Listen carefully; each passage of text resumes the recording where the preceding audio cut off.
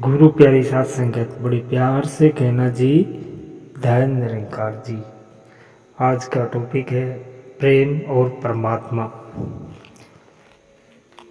लक्ष्य प्राप्ति के लिए जीवन में जो भी बातें सिखाई जाती हैं उनमें पहली है प्रतियोगिता। स्कूल में प्रवेश ही प्रतियोगिता से होता है। बचपन से मन के अंदर बैठा हुआ ये प्रतियोगिता भाव धीरे धीरे बढ़ता जाता है। जीवन के क्षेत्र बदलने पर यही प्रतियोगिता प्रतिस्पर्धा में बदल जाती है। बालक के मन में ऐसा भाव जागृत होने लगता है कि या तो सफलता केवल मुझे मिले और नहीं तो किसी को भी न मिले, और तभी जीवन में अशांति की शुरुआत होती है, वैर भाव पनपने लगता है। इसका यह मतलब नहीं कि बच्चों को प्रतियोगिता से काट दिया जाए, बल्कि प्रतियोगिता के साथ ही बचपन से प्रेम का अर्थ भी समझाया जाए। प्रतियोगिता को प्रतिस्पर्धा के विष से बचाना है तो प्रतियोगिता शुरू हो रही हो तभी से प्रेम और परमात्मा को भी जोड़ दिया जाना चाहिए। लक्ष्य पर पहुंचने के लिए मनुष्य को कई तरह के साधन अपनाने पड़ते हैं, जिसमें एक है भौतिक माध्यम और दूसरा है आध्यात्मिक माध्यम। भौतिक माध्यम में शिक्षा का स्तर, धन संबंध, ड्रेस पोशाक आदि है, और भौतिक यात्रा में आध्यात्मिक माध्यम भी सहायक बनते हैं। आध्यात्मिक माध्यम में आस्था, विश्वास, प्रेम, आशीर्वाद, शुभेच्छा आदि है। आध्यात्मिक साधन में शास्त्र और गुरु का विशेष महत्व है। शास्त्र और गुरु जीवन की उन्नति के लिए प्रेम को ही पहला स्थान बताते हैं। बचपन से जब प्रेम को जीवन में उतारा जाएगा तो भौतिक सुख और आध्यात्मिक सुख दोनों ही आसानी से पहचान कर पाएंगे। बालक स्वयं ईश्वर का रूप है। 1000 रुपये का नोट हो या कागज का टुकड़ा हो, उसके लिए दोनों एक जैसे हैं। परमात्मा की तरह केवल एक भाव को वह समझता है, और वो है प्रेम का भाव। काम, क्रोध, राग, द्वेष, ईर्ष्या, जलन जैसे भाव तो बड़े होकर संसार से जुड़ने के बाद जीवन में आते हैं, परंतु बचपन से अगर प्रेम का भाव ही सर्वोपरि रहेगा तो भौतिक साधन तुच्छ लगेंगे।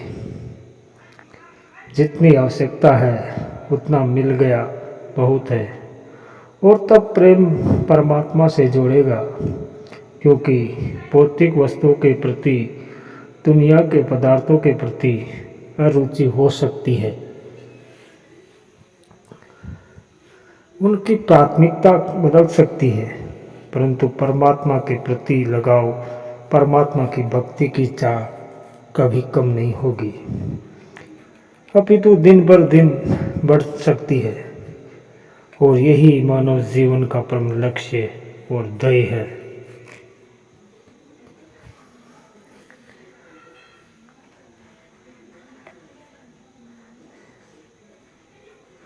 मंदिर, मस्जिद, गुरुद्वारा और गिरजाघर मनुष्य की जिस धर्म में आस्था है वो वहाँ जाता है। सबके पीछे केवल लक्ष्य एक है, प्रभु प्राप्ति का। अपने अपने धर्म के अनुसार मनुष्य पूजा पाठ, भजन कीर्तन, आराधना, ध्यान आदि भी करता है, और तब धीरे धीरे इन नियम विधानों और बाहरी क्रियाकलापों में इतना लीन हो जाता है कि अपने मूल उद्देश्य प्रभु प्रेम से भटक जाता है, भूल जाता है और केवल अपनी जातिगत सांस्कृतिक परंपराओं को उत्तम और दूसरों को निम्न मानता चला जाता है। इसके फलस्वरूप प्रेम और परमात्मा के बदले नफरत और घृणा की बेल पनपती है, जो मानव को मानव के बदले हैवान बना देती है। प्रेम का संबंध दिल से है, दिमाग से नहीं। कोई व्यक्ति ज्ञानवान बुद्धिमान होकर भी प्रेमहीन हो सकता है। मंदिर, मस्जिद, गुरुद्वारा या गिरजाघर जैसे धर्म स्थानों में आराधना इसलिए की जाती है कि प्रभु के लिए मन में प्यार उत्पन्न हो। सभी धर्म एक ही बात सिखाते हैं, प्रेम करो। केवल मनुष्य से नहीं अपितु संसार के सभी जड़ चेतन से प्रेम करो। धर्म, जाति, शहर, देश, प्रदेश, इन सब से ऊपर उठो। ये धर्म भाई है, मेरा जाति भाई है, मेरे शहर का है, मेरे देश का है, मेरे ऐसे मेरा ऐसे मेरा तेरा भूलकर सब में परमात्मा है और इसी परमात्मा के लिए मेरे अंदर प्रेम है। बस इतना याद रहे कि परमात्मा प्रेम है। परमात्मा का अंश होने के कारण आत्मा भी प्रेम है और परमात्मा को पाने का रास्ता भी प्रेम ही है। शास्त्रों में जो कर्म कांड, नियम, विधान, जप तप आदि आराधना के तरीके बताए गए हैं, उसके पीछे उद्देश्य है कि हमारे दिल में प्रभु के प्रति प्यार उत्पन्न हो। अगर ऐसा नहीं हो पाता तो इन विधि नियमों का क्या फायदा। प्रेम हमारे हृदय में सदा स्थित है, परंतु भौतिक दुनिया में चारों ओर बिखरा हुआ है। भौतिक पदार्थों और नश्वर संबंधों से जिस लगाव को हम प्यार समझ लेते हैं, वो असल में प्यार नहीं, केवल और केवल मोह है। इस मोह के भ्रम को मिटाकर प्रभु की ओर पूर्ण प्यार को जब लगा पाएंगे, तब प्रभु के साथ हमारा निश्चित ही जुड़ाव होगा